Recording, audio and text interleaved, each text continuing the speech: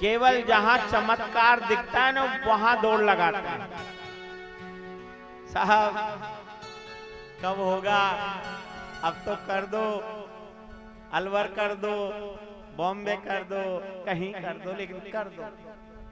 लेकिन हम ये कहते हैं सज्जनों, इंतजार करना सीखो।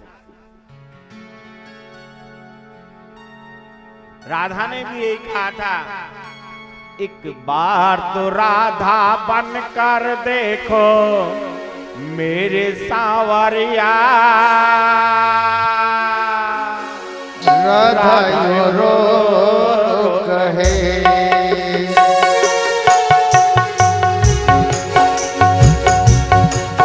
एक बार तो राधा बन कर देखो मेरे सांवरिया। राधा यो रो कहे, क्या होते हैं आंसू, क्या पीड़ा होती है, क्या होते हैं आंसू, क्या पीड़ा होती है। क्यों दर्द उठता है, क्यों आंखें रोती है, क्यों दर्द उठता है, क्यों आंखें रोती है। एक बार तो आंसू बहा कर देखो मेरे सांवरिया। राधा यूं रो कहे, राधा यूं रो कहे। जय जय। हमारे गुरुदेव कहते थे कि कभी भी संत के पास जाकर गृहस्थ जीवन की चर्चा नहीं करनी चाहिए। महात्मा के पास जाकर केवल एक ही प्रश्न करो, गोविंद की प्राप्ति का सच्चा रास्ता कौन सा है, ये बता दो आप। सज्जना, ऋषभ देव जी ने तपस्या की, भीड़ लगने लगी, क्योंकि लोग तो मधुमक्खियों की तरह दौड़ते हैं ना। भीड़ लगी, कोई अपनी फैक्ट्री के लिए पूछ रहा है, कोई किसी के लिए पूछ रहा है, कोई किसी के लिए पूछ रहा है। ऋषभ देव जी ने सोचा ये तो झंझट पैदा हो गया। मैं आया था हरि भजन को ओटन लगे कपास। ऋषभ देव जी ने कहा, माताओं मैं कुछ नहीं जानता, मैं इतना जानता हूं कि प्रभु का स्मरण करो, लेकिन संसार नहीं मानता। साथ ही सब प्रेम से बोलो हरि शरणम हरे शरणम। सब प्रेम से बोलो हरि शरणम हरि शरणम। साथ ही सब प्रेम से बोलो हरे शरणम हरे शरणम। साथ सब प्रेम से बोलो हरि शरणम हरि शरणम। यही उपदेश गीता में लिखा था श्याम सुंदर ने। यही गीता में उपदेश लिखा था श्याम सुंदर ने। लिखा था गीता के ऊपर, लिखा था गीता के ऊपर हरे शरणम हरे शरणम। सब प्रेम से बोलो हरि शरणम हरि शरणम।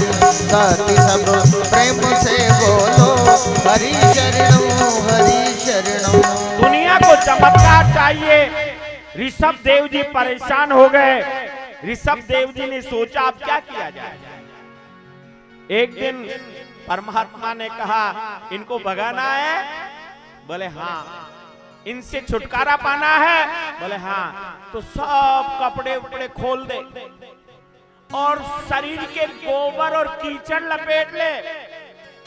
ऋषभ देव जी ने यही किया, नंग धड़ंग हो गए, गोबर लपेटा, कीचड़ लपेटा। जो लोग रोजाना पूछने आते थे ना, उन्होंने कहा बाबा जी की सरक गई, पागल हो गए। दुनिया के सब लोग भग गए, कोई नहीं आया। सज्जनों, यही संसार है। और ऋषभ देव जी का जैन समुदाय के अंदर दिगंबर में यहीं से, इसी दिन से प्रारंभ हुआ। अन्यथा वो तो वस्त्र धारण करते थे। सज्जना, ऋषभ देव जी को बड़ी शांति मिली और संसार की परवाह क्या करनी है, परवाह तो ये वो करे, एक मिनट भी मन गोविंद के याद से दूर नहीं होना चाहिए। यही जीवन का चिंतन और चैतन्यता होनी चाहिए। भरत जी ने जो राजकाज कर रहे थे, सोचा मेरे पिताजी कितने महान महापुरुष थे जो जीते जी परमात्मा को प्राप्त कर लिया। इसीलिए भरत जी ने भी अपने राजपाट को अपने पुत्र को संभला दिया और पुत्र को संभला करके सीधे नेपाल चले गए। 30 तारीख को चलने वाले तैयार हो जाओ नेपाल, दामोदर कुंड जिसको चलना है। सज्जनों, नेपाल पहुंच गए और नेपाल में एक गंडकी नदी है, उसका उद्गम स्थल दामोदर कुंड है। वहां पर एक विशेषता है, वहां पर निरंतर तपस्या करने लगे भरत जी, ओम नमो भगवते वासुदेवाय का जाप करने लगे। वहां कुंड की क्या विशेषता है, यदि आप तुलसी का पत्ता ले जाओ, 5 पत्ते अपने हथेली पे लेके डुबकी लगाओ और कहो सालग्राम जी आ जाओ, पैंदे में से नदी के सालग्राम जी उछलकर आपकी हथेली में आ जाएंगे। वही सच्चे सालग्राम कहलाते हैं। अब ये सालग्राम क्यों पूजे जाते हैं ये भी बताऊं क्या? क्यों पूछते हो काले पत्थर को? एक बार जलंधर नाम का एक राजा था, राक्षस कह दो, दानव कह दो, अभिमान था उसकी पत्नी पतिव्रता थी और पतिव्रता पत्नी के बल पे वो युद्ध करने जाता और हर जगह जीत कर आता। खुद के बल पे नहीं, पत्नी के बल पे।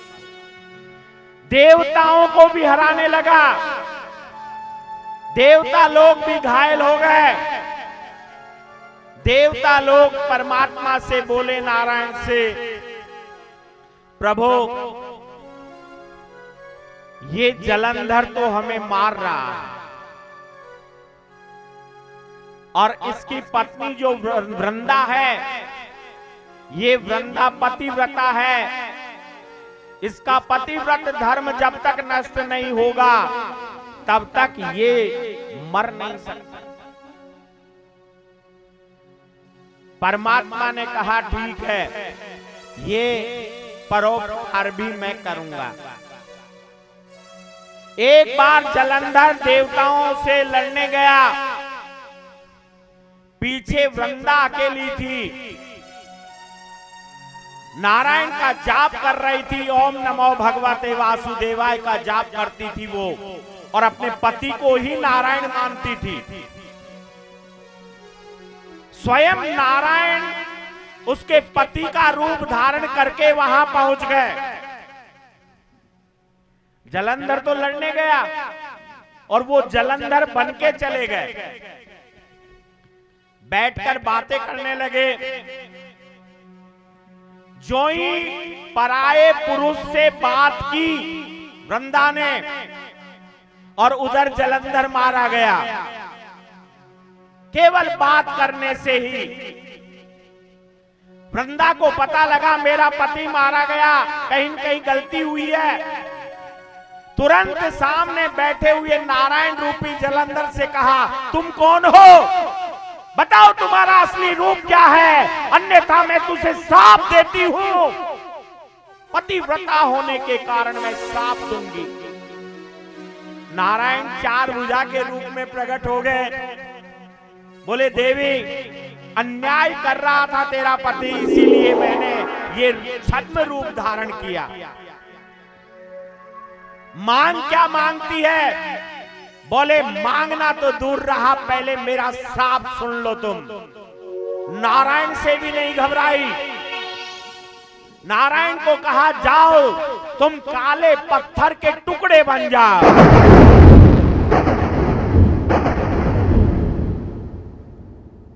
तभी से नारायण का एक स्वरूप शालिग्राम बना और ये दामोदर कुंड में ही पैदा होता है। इधर मेरे प्रभु प्रसन्न हुए। उन्होंने कहा तूने तो श्राप दिया है, लेकिन मैं वरदान देता हूं तेरे को। वृंदा ने कहा प्रभु मुझसे गलती हो गई, क्रोध में मैंने आपको क्या पता क्या कह दिया, आप स्वयं प्रभु हो। लेकिन मैं तो अपने पति को ही नारायण मानती थी। बोले कोई बात नहीं, नारायण का नाम तो जपती थी तू। मैं तेरे को आशीर्वाद देता हूं, जहां जहां तेरे सिर के बाल बिखरेंगे वहां वहां एक झाड़ी पैदा होगी, और वो झाड़ी तुलसी के नाम से जानी जाएगी। और जो कोई व्यक्ति एक पत्ता तुलसी का रोजाना मेरे ऊपर शालग्राम पे चढ़ाएगा, उसे मैं एक अश्वमेघ यज्ञ के समान फल प्रदान करूंगा। मैं तुलसी तेरे आंगन की, मैं तुलसी कोई नहीं, मैं कोई नहीं हूँ, मैं तो अपने नारायण की, मैं तुलसी तेरे आंगन की, मैं तुलसी कोई नहीं, मैं कोई नहीं, मैं कोई नहीं, मैं नारायण की, मैं तुलसी तेरे आंगन की, मैं तुलसी। तुम शालिग्राम बन जाओगे, मैं तुलसी बन जाऊंगी। तुम तो नीचे पड़े रहोगे, मैं ऊपर चढ़ जाऊंगी, मैं तुलसी तेरे आंगन की, मैं तुलसी कोई नहीं, मैं कोई नहीं हूँ, मैं तो अपने नारायण की, मैं तुलसी, मैं तुलसी, मैं तुलसी, मैं तुलसी। बोले शालिग्राम भगवान की। शालग्राम को वेद में हिरण्य गर्भ कहा जाता है, और सच्चा शालग्राम वही होता है जिसके अंदर सवा रत्ती सोना होता है। सज्जनों, इसी पवित्र स्थान के ऊपर भरत जी जप करने लगे। रोजाना 250 माला जपते थे, 250। केवल 4 घंटे सोते थे, बाकी 24 घंटे यही काम चलता था। धीरे धीरे ठाकुर में चिंतन बढ़ने लगा। गंडकी नदी के अंदर पानी में खड़े रहकर ठंड में अर्घ देते, संध्या वंदन करते। ये 5 नदियां ऐसी है, यदि इसमें प्रातः, मध्याह्न और सायंकाल संध्या वंदन किया जाता है, गंगा, यमुना, सरस्वती, नर्मदा और गंडकी, तो सिद्धता प्राप्त होती है। सज्जन, निरंतर भरत जी जप कर रहे। एक दिन क्या हुआ, एक गर्भवती हिरणी थी, वह गंडकी में पानी पीने आई थी। इधर उसके पीछे एक सिंह आया, दहाड़ लगाई। गर्भवती हिरणी ने सोचा मरे, पूरा जोर लगाकर नदी को कूदना चाहा, लेकिन वो बीच में मर गई और उसका गर्भ गिर गया। इतना सा नन्हा सा हिरण का बच्चा उस ठंड के पानी के अंदर कांप रहा। वो भरत जी के शाम को संध्या वंदन के समय हाथ में आ गया। भरत जी ने उस बच्चे को निकाला, हवन कुंड के पास लाकर तपाया, उसमें चेतना जागृत हुई। अब तो भरत जी उसके लिए हरी हरी घास लाते, दूध लाते, पिलाते, प्यार करते। वो कभी हवन सामग्री को झूठा भी कर देता तो कुछ नहीं कहते। धीरे धीरे आसक्ति हो गई भरत जी की उस हिरण के बच्चे में। जो 250 माला जप रहे थे वो 50 पे आ गए, 50 माला पे आ गए। आए थे हरि भजन को, ओटन लगे कपास। कहां तो भजन करने आए थे और कहां पर कपास ओटने लग गए। सज्जना, चिंतन ही तो खराब होता है। इसीलिए ऐसे एनवायरमेंट से बचना चाहिए जहां अपनी वृत्ति खराब हो, बचना चाहिए। सात्विक जीवन जीवो, आनंद आएगा। हम तो आप सबको प्रणाम करते हैं, क्योंकि मालपुरा की महिलाओं को हम देखे हुए हैं। आज से 10 साल पहले हमने आदर्श नगर में एक कथा की थी, 10 साल पहले, और उस कथा का समय था दिसंबर। उस समय शाम को कथा चल रही थी, तेज बरसात हो चढ़ गई। टेंट में से ठंडा ठंडा पानी की बूंदें गिर रही थी। लेकिन उन मालपुरा की महिलाओं को मैं आज भी प्रणाम करता हूं। 1.5 घंटे तक वो महिलाएं अपने आसन से नहीं उठी और उस भीगती हुई और ठंड के अंदर कथा का प्रवाह चलता रहा और वो सुनती रही।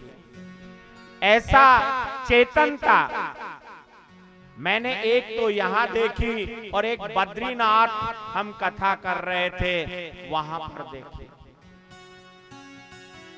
सज्जना, आज भरत जी का चिंतन खराब होने लगा। 24 घंटे उस हिरण के बच्चे के पीछे दौड़ लगाने लगे। एक दिन क्या हुआ, वो बच्चा जंगल की ओर भागने लगा। भरत जी पकड़ लाए, खा जाएगा, आजा, तू मेरा बेटा है। आसक्ति पैदा हो। समय बदलने लगा। 50 माला भी छूटकर 5 पे आ गई, बंद हो गई साहब। 24 घंटे हिरण के बच्चे की चिंता लगी कि मैं मर जाऊंगा तो इसका कौन क्या करेगा। आप भी यही करते हो, आप भी 24 घंटे इसी उधेड़-बुन में लगे रहते हो। मरने के बाद मेरे बेटा क्या करेगा, 50,000 तो जमा करा दिए, 1 लाख और करा दूं, 10 लाख और कर दूं, फिर क्या हो जाएगा। पूत कपूत तो क्यों धन संचय, और पूत सपूत तो क्यों धन संचय। यदि कपूत है तो पैसा कितना ही जोड़ लो वो उड़ा देगा, कोई मतलब नहीं रहेगा। और सपूत है तो एक पैसा भी नहीं है फिर भी वो कमा लेगा और अपने बाप का नाम कभी मिट्टी में नहीं मिलने देगा। इसीलिए पुत्र सपूत के लिए तैयारी करो, पैसों के लिए चैतन्यता जागृत करो, उसमें करैक्टर उत्पन्न करो। आज भरत जी की मृत्यु का दिन आ गया। जो ही यमराज दिखाई दिए, धर्मराज के दूत आए, ऋषभ देव जी के लड़के भरत जी के कंपन होने लगी। सोचा मेरा हिरण का बच्चे का क्या होगा, और वो प्राण निकल गए। प्राण निकलते ही अंत मता सुगता, अगला जन्म उसे हिरण के बच्चे के रूप में जन्म लेना पड़ा। इतनी तपस्या करने के बाद भी हिरण का बच्चा बन गया। सज्जन, कृष्ण त्वदीये पद पंकरान्ते अध्येववे विशतु मानस राज हंस। हमारा मन गोविंद के चरणों में जुड़ जाए, ऐसा चिंतन करना चाहिए। जन्म जन्म मुनि जतन कराहे, जन्म जन्म मुनि जतन कराहे, अंत राम मुख आवत नाही, अंत राम मुख आवत नाही। जन्म जन्म मुनि जतन कराहे, जन्म जन्म मुनि जतन कराहे, अंत राम मुख आवत नाही, अंत राम मुख आवत नाही। लेकिन भगवान के भजन का एक फायदा हुआ। उस भरत जी को ये याद रहा कि मैं पिछले जन्म में क्या था। हिरण का बच्चा तो बन गया, वही गंडकी नदी, लेकिन उसने अन्न जल छोड़ दिया और 6 महीने में ही मर गया। परमात्मा आपको 3 बार मौका देता है सुधरने का। 3 बार मनुष्य देह मिलती है आपको, इसीलिए बार बार प्रयास करता है कि सुधर जाए। इसीलिए भरत जी का तीसरा जन्म एक आंगीरस पंडित जी के घर हुआ, और उस आंगीरस पंडित के 2 पत्नियां थी। बड़े के एक लड़का और एक लड़की थी, और छोटे के 2 जुड़वा लड़के हुए, जिनमें छोटे ही छोटे ये भरत जी थे। आंगीरस पंडित जी ने जब देखा कि मेरे बेटे का ललाट चौड़ा है, तेजस्वी है, ये बड़ा विद्वान होगा, इसीलिए आंगीरस पंडित जी ने उसे 5 साल की उम्र में गायत्री मंत्र रटवाया। लेकिन भरत जी ने सोचा अब नहीं फंसूंगा, गायत्री मंत्र रट लूंगा ना तो पिताजी फेरे फाटे की किताब लाके देंगे, फिर फेरे फाटे करवाने के लिए राम जी की तरह भेज देंगे हमारे को, हम भी फेरे फाटे करवाते रहेंगे, हम तो ऐसे चक्कर में नहीं पड़ेंगे। इसीलिए उसने मंत्र ही याद नहीं किया। अंगिरस पंडित ने सोचा, मैंने तो सोचा था बड़ा विद्वान लड़का है, लेकिन ये तो बिल्कुल ठूठ निकला। इसीलिए उस लड़के का नाम जड़ भरत रख दिया गया। मैं आपको जड़ भरत आख्यान पे ले जा रहा हूं। जड़ भरत रख दिया। जड़ का मतलब मूर्ख। सज्जनों, सब भाइयों की शादियां हो गई, घर में भाभियां आ गई। ये 20 साल का हो गया, लेकिन कौन शादी करे इसको?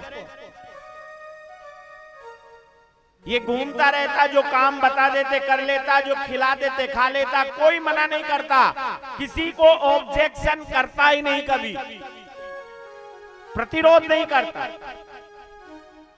एक दिन भाभियों ने सोचा ये ठूठ का ठूठ है, अपने ऊपर भार है, अपन क्या करें? बोले ऐसा किया करो, भाई जो इनके रोटी खा के जाए ना, उसमें जो जूठन बचे वो पत्तल में डाल के इसको परोस दिया करो, खा लेगा। ऐसा ही किया, जूठन परोसी गई उसे, लेकिन वो जूठन को भी खा लेते और बड़े प्रसन्न रहते। एक दिन क्या हुआ, खेत पे काम करने के लिए उन्हें भेजा गया, डोल लगाने के लिए। सज्जनों, वो जड़ भरत डोल लगाने गया, सारे दिन डोल लगाई, अंत में थक गया, खेत पे ही सो गया। कुआं था पास में। उसी रात एक घटना घटे, एक आक्रमणकारी लुटेरों का दल एक लड़के की बलि देने के लिए दुर्गा मैया के मंदिर में जा रहे थे। वो लड़का अंधेरे का फायदा उठाकर हाथ छुड़ाकर भाग गया। लुटेरों के सरदार ने कहा, कोई व्यक्ति ढूंढ के लाओ जिसकी बलि दी जाए। ये जड़ भरत खेत में सो रहा था, 20 साल का रिष्ट पुष्ट था। सज्जनों, इसे पकड़ लिया गया और सीधा ला करके लुटेरों के सरदार के सामने खड़ा कर दिया। महाराज, ये आदमी मिला। सज्जनों, जड़ भरत की बलि देने की तैयारी हो गई और उसे दुर्गा माँ के मंदिर में ले जाया गया। तुलसी बिरवा बाग के खेत के अंदर, बगीचे के अंदर तुलसी लगाते हो ना, रोजाना पानी डालते हो, फिर भी वो सूख जाती है। लेकिन पहाड़ी के ऊपर कौन पानी डालने जाता है? लेकिन वहां पर वो तुलसी हरी भरी रहती है। किसकी कृपा से? तुलसी बिरवा बाग के अरसी चत ही मुरझाए, राम भरोसे जो रहे, अरे पर्वत पर हरि आए कभी। पर्वत पर हरि आए, पर्वत पर हरि आए कबीरा, पर्वत पर हरि आए। आज परमात्मा का आश्रय लेकर के चल रहा है जड़ भरत। लुटेरों के सरदार ने पकड़ा, कहा बहुत हृष्ट पुष्ट लाया, माताजी प्रसन्न हो जाएगी। इसको नहलाया गया, 108 बाल्टी से नहलाया। मना नहीं किया इसने, कभी मना करता ही नहीं था।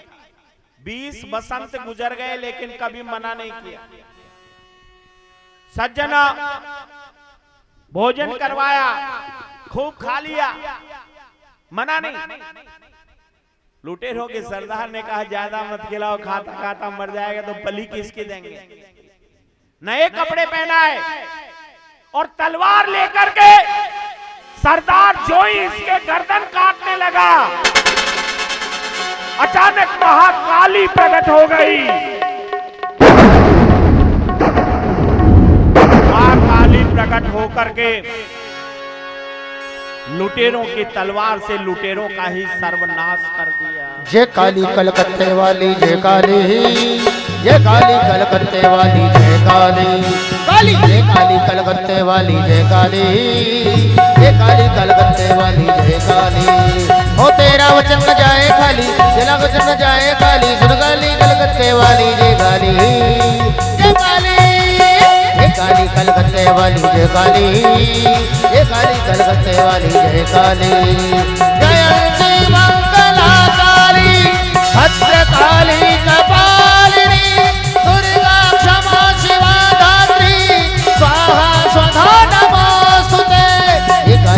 कलकत्ते वाली जय काली, जय काली कलकत्ते वाली जय काली। आज महाकाली प्रकट हुई, सारे लुटेरों का सर्वनाश कर दिया।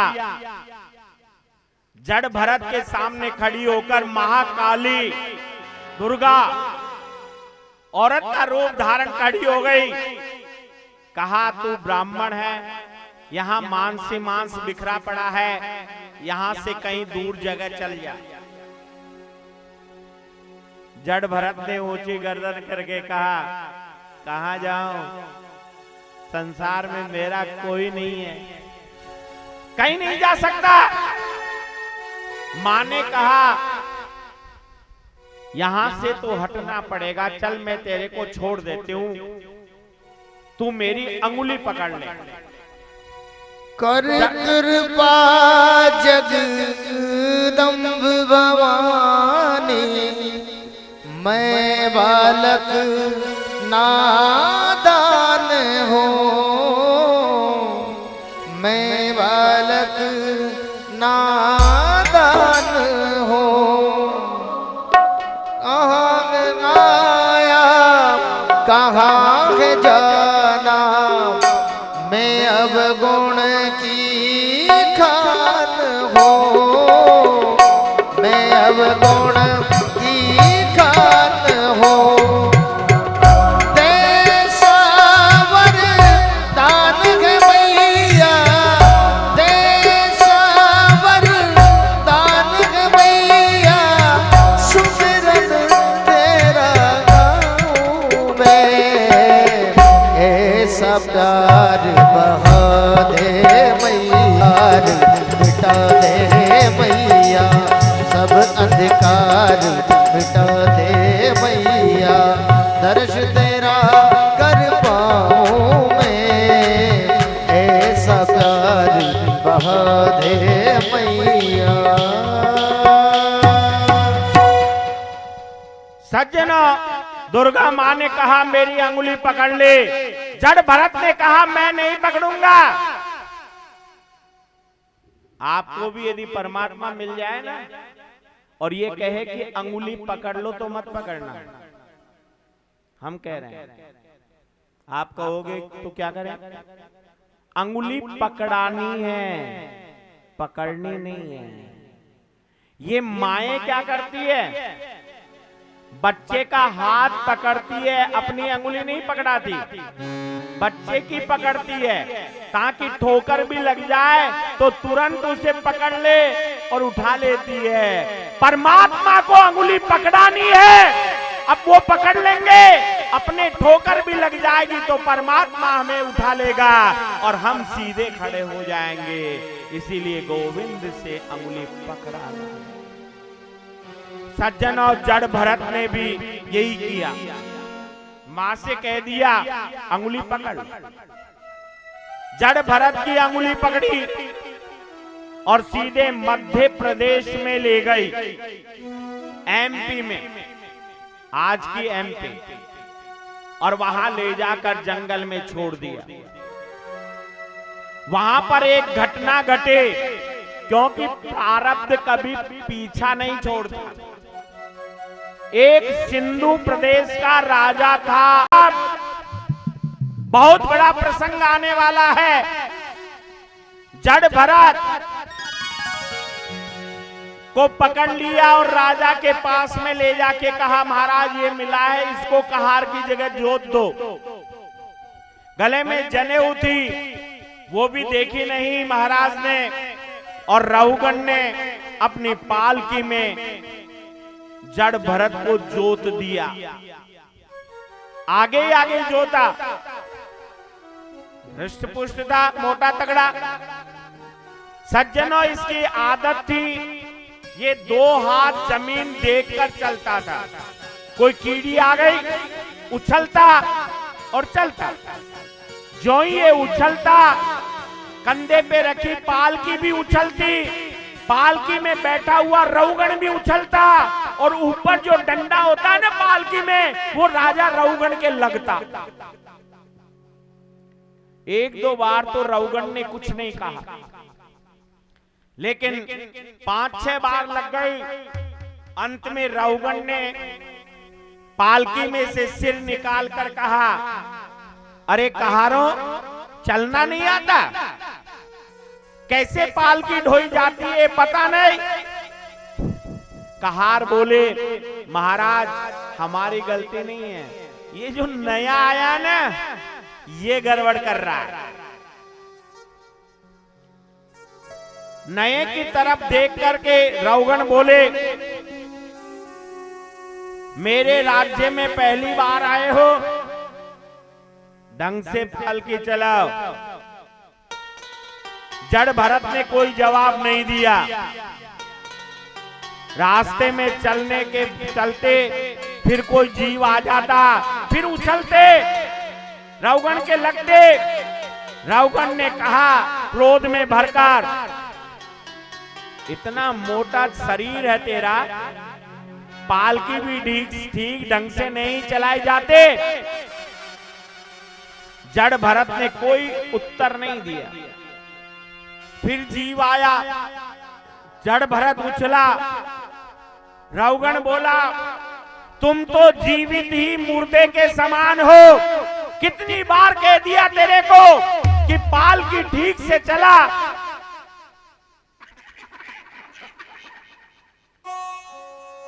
लेकिन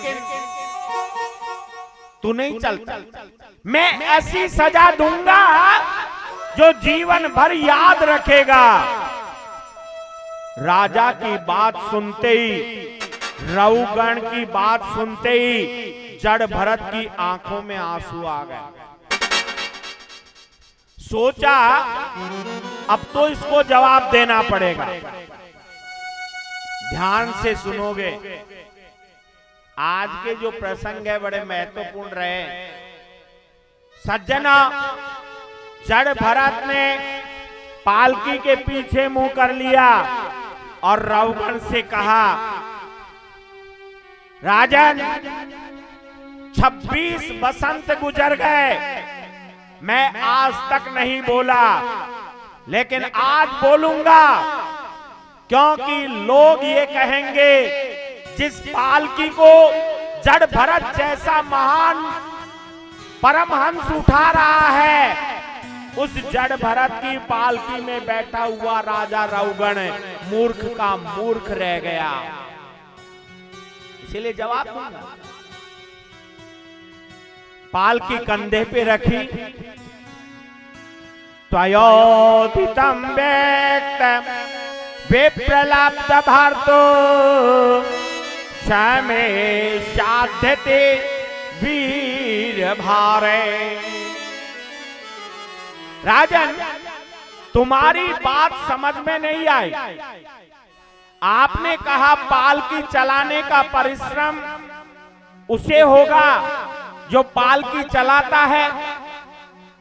जो कभी पालकी चलाता ही नहीं, उसे परिश्रम कैसे होगा? एक बात है राजन, मैंने आपकी पालकी उठाई नहीं रखी तो मुझे बोझ क्यों लगेगा? दूसरी बात, आपने कही मोटा ताजा शरीर लिए हुए हो, तो राजन सुन, मोटा होना, पतला होना, लंबा होना, ये शरीर का गुणधर्म है राजन, आत्मा का नहीं है। मैं आत्मा हूं और आत्मा कभी बड़ी छोटी नहीं होती। आपके अंदर जो आत्मा है उतनी ही आत्मा हमारे अंदर है। फिर कैसे अंतर है? तीसरी बार तुमने कहा जीता ही मुर्दे के समान है।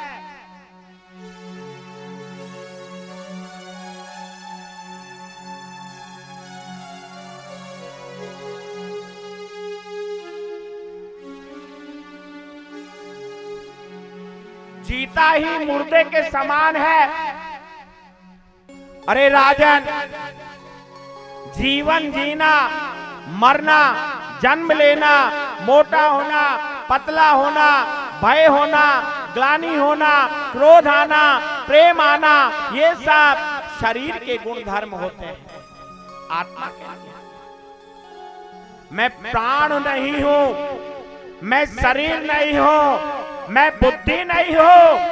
अरे मैं तो शरीर कैसे हो सकता हूं, मैं तो चिन्मय आत्मा हूं। तुमने कहा मैं तुम्हें दंड दूंगा। क्या दंड देगा राजन तू मुझे? अरे गेहूं को पीसते पीसते आटा बना दिया, आटे को पीसते पीसते मैदा बना दी, मैदा को पीसते पीसते कार्बन बना दिया। अब कार्बन का तू क्या बना देगा मुझे? क्या दंड देगा तू मुझे? फूल लिया, फूल को निचोड़ लिया, रस निकाल लिया, आसवन कर लिया, इत्र बना दिया। अब इत्र का तू क्या बना देगा मुझे? रहुगण सोचा ये तो कोई कहार नहीं हो सकता, ये तो कोई विद्वान पुरुष है। पालकी में से नीचे उतरा, सीधा चरणों में गिरा, बोला मुझे आपका परिचय दीजिए। कहीं कपिल मुनि तो आप मेरी परीक्षा लेने नहीं आ गए? आप कौन हो?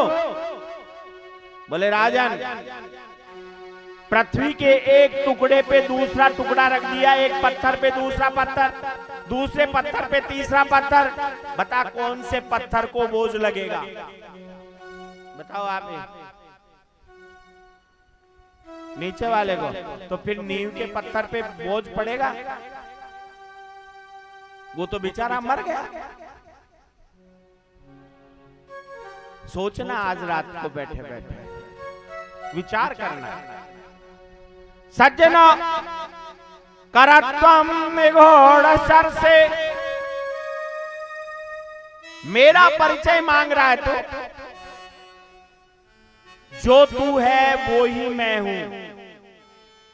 तू एक आत्मा है, मैं भी एक आत्मा हूं, और आप में और मेरे में कोई अंतर नहीं है। फिर गलती कर रहा है। रहुगण बोला मुझे सरल भाषा में समझाओ, आपने क्या कह दिया? अब जड़ भरत जी बोले रहुगण से। रहुगण ने जड़ भरत से एक प्रश्न किया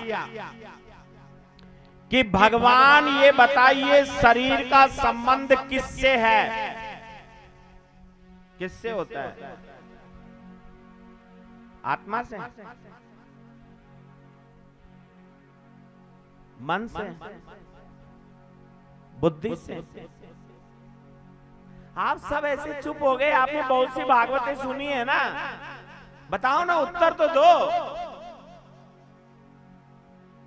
आप केवल नंदोत्सव में ही जाते हो ज्यादातर, जो नाच गान करके आ जाते हो। सज्जनों, भागवत का अर्थ होता है भगवत प्राप्ति की ओर जीव अग्रसर हो जाए, इतना ध्यान उसके अंदर जागृत हो जाए, then we can find our God। तब आएगा आनंद। तो यहां पर जड़ भरत ने कहा शरीर का संबंध राजन इंद्रियों से होता है, और इंद्रियों का संबंध बुद्धि से होता है, और बुद्धि का संबंध मन से होता है, और मन का आधा संबंध आत्मा से जुड़ा रहता है। उठा के देखना आप कभी। शरीर, इंद्रियां, बुद्धि, मन और आत्मा, लेकिन आत्मा निर्लेप होती है, उसको अपन इसके साथ जोड़ते हैं। जड़ भरत ने रहुगण से कहा शरीर का संबंध इंद्रियों से है। जड़ भरत ने रहुगण से क्या कहा? जब ये संबंध है तो एक बात बता, चूल्हे के ऊपर एक भगोना रखा हुआ है, उस भगोने में पानी है, पानी में हमने चावल डाल दिए, नीचे आंच लगा दी, बताओ सबसे पहले कौन सी चीज गर्म होगी?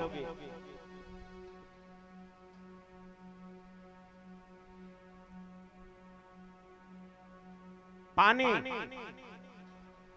चावल, भगोना। लेकिन आप कभी जगन्नाथपुरी जाओ ना, वहां ये सिस्टम बिल्कुल उल्टा है। वहां 7 मटके रखे जाते हैं। सबसे पहले नीचे वाला मटका पकना चाहिए ना, लेकिन वहां ऊपर वाला पकता है, फिर सेकंड, फिर थर्ड, फिर फोर्थ, फिर फिफ्थ, सिक्स, सेवन, इस प्रकार। सज्जनों, भगोना गर्म हो गया, भगोने के बाद पानी गर्म होगा, पानी के बाद चावल उबलेंगे और भात बन जाएगा। यदि मैंने चावलों की जगह एक पत्थर का टुकड़ा डाल दिया तो क्या भात बनेगा? नहीं बनेगा ना। बस समझ गए आप, ये शरीर है, शरीर के अंदर आत्मा उस पत्थर के टुकड़े के समान निर्लेप होती है। शरीर तपता है, मन तपता है, बुद्धि तपती है, लेकिन आत्मा कभी नहीं तपती। ये ध्यान रखना है। हरि ओम तत्सत। पानी में मीन पियासी, मैं सुन सुन आवत हासी। पानी में मीन पियासी, मैं सुन सुन आवत हासी। मैं सुन सुन आवत हासी।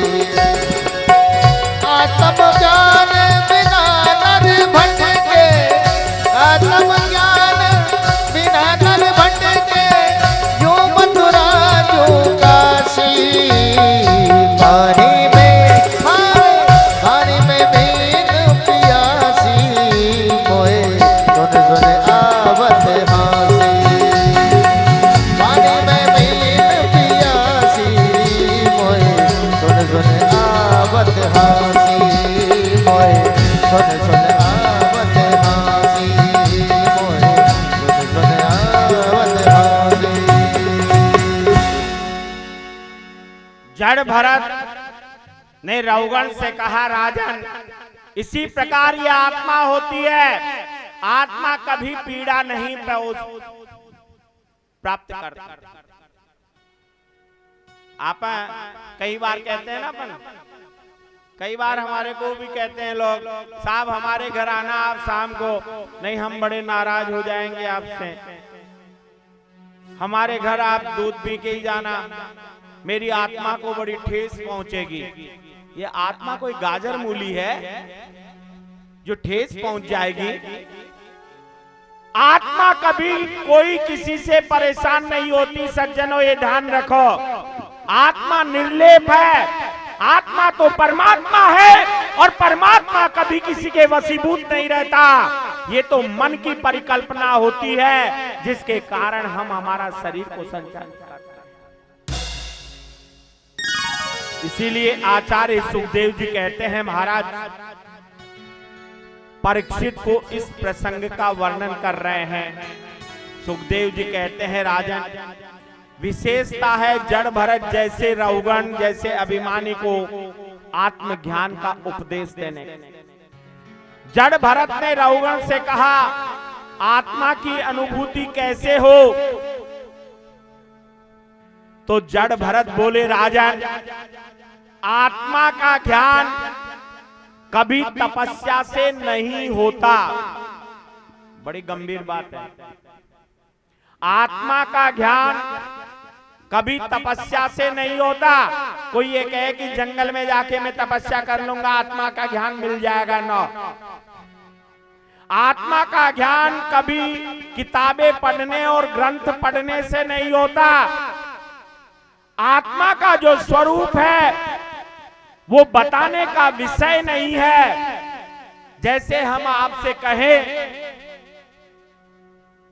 गुड़ कैसा होता है, बताओ। मीठा। और शक्कर कैसी होती है? मीठी। और गन्ने का रस मीठा। गन्ने का रस कैसा मीठा होता है? अब चुप हो गए। शक्कर कैसी मीठी होती है? गुड़ कैसा मीठा होता है कोई नहीं बता पाता। वो ये कहता है तू चक्के देख ले, तेरे को ही अनुभव हो जाएगा। सज्जनों, यही चीज आत्मा के साथ होती है। आत्मा बताने का विषय नहीं है, आत्मा किसी को समझाने का विषय नहीं है। आत्मा स्वयं की अनुभूति होती है और स्वयं का अनुभव ही आत्मज्ञान प्राप्त करवाता है। साधो रे गुरु बिन गोद अंधेरा रे, साधो रे गुरु बिन गोद अंधेरा। जैसे मंदिर दीप बिन सोना, जैसे मंदिर दीप बिन सोना, नाम रटे गुरु तेरा, साधो रे गुरु बिन गोद अंधेरा रे, साधो रे गुरु बिन गोद अंधेरा।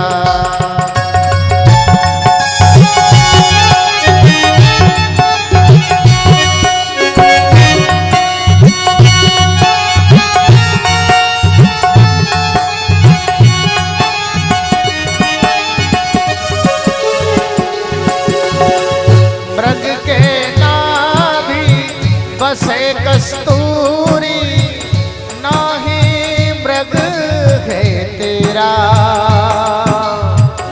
मृग के नाभि बसे कस्तूरी, नाही मृग है तेरा। काफिल होए मन खंड में डोले, काफिल होए मन खंड में डोले, सूखे घास गनेरा, साधो रे गुरु बिन गोद अंधेरा रे, साधो रे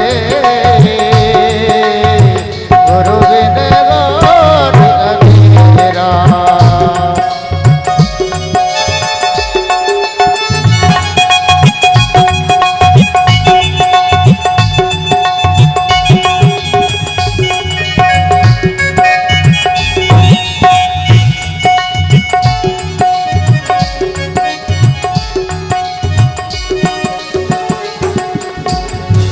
राजन, आत्मा के अज्ञान यदि करना है तो स्वयं का चिंतन कर, और जब तक महापुरुषों के संत चरणों की धूली तू अपने सिर पे नहीं लगाएगा तब तक तुझे आत्मदर्शन नहीं हो पाएगा। मैं भी पहले, अब जड़ भरत कहते हैं, मैं भी पहले भरत नाम का राजा था। 100 भाई थे हम, पिताजी ऋषभ देव थे। मैंने तपस्या की, लेकिन मेरी आसक्ति हिरण के बच्चे में हो गई, जिसके कारण मुझे हिरण की योनि प्राप्त हुई। लेकिन मैं जानता था, मैंने वो योनि परित्याग कर दी और तीसरी बार मुझे फिर मनुष्य देह प्राप्त हुई। मैं आंगिरस पंडित के यहाँ जन्मा और लोग मुझे मूर्ख मानने लगे। मैं मूर्ख ही रहा। राजन, चिंतन करो, एकांत में बैठकर मनन करो, आखिर हम क्या है, हमारा स्वरूप क्या है। ये तेरे जो कहार हैं, ये जो पालकी ढो रहे हैं, ये कोई छोटे प्राणी नहीं है, ये भी वही आत्मा है जो तेरे अंदर है। छोटे से छोटा प्राणी, बड़े से बड़ा महापुरुष, यदि आत्मिक दृष्टि से देखा जाए तो सब एक हैं, कोई अंतर नहीं होता। राहुगण महाराज के मन में ऐसा वैराग्य आया कि राजपाट छोड़कर परमात्मा चिंतन में लग गए। आचार्य सुखदेव जी कहते हैं, राजन, जड़ भरत जैसे महापुरुषों के अवतार से ही इस भारत भूमि का नाम भारत रखा गया है। ये वो धरती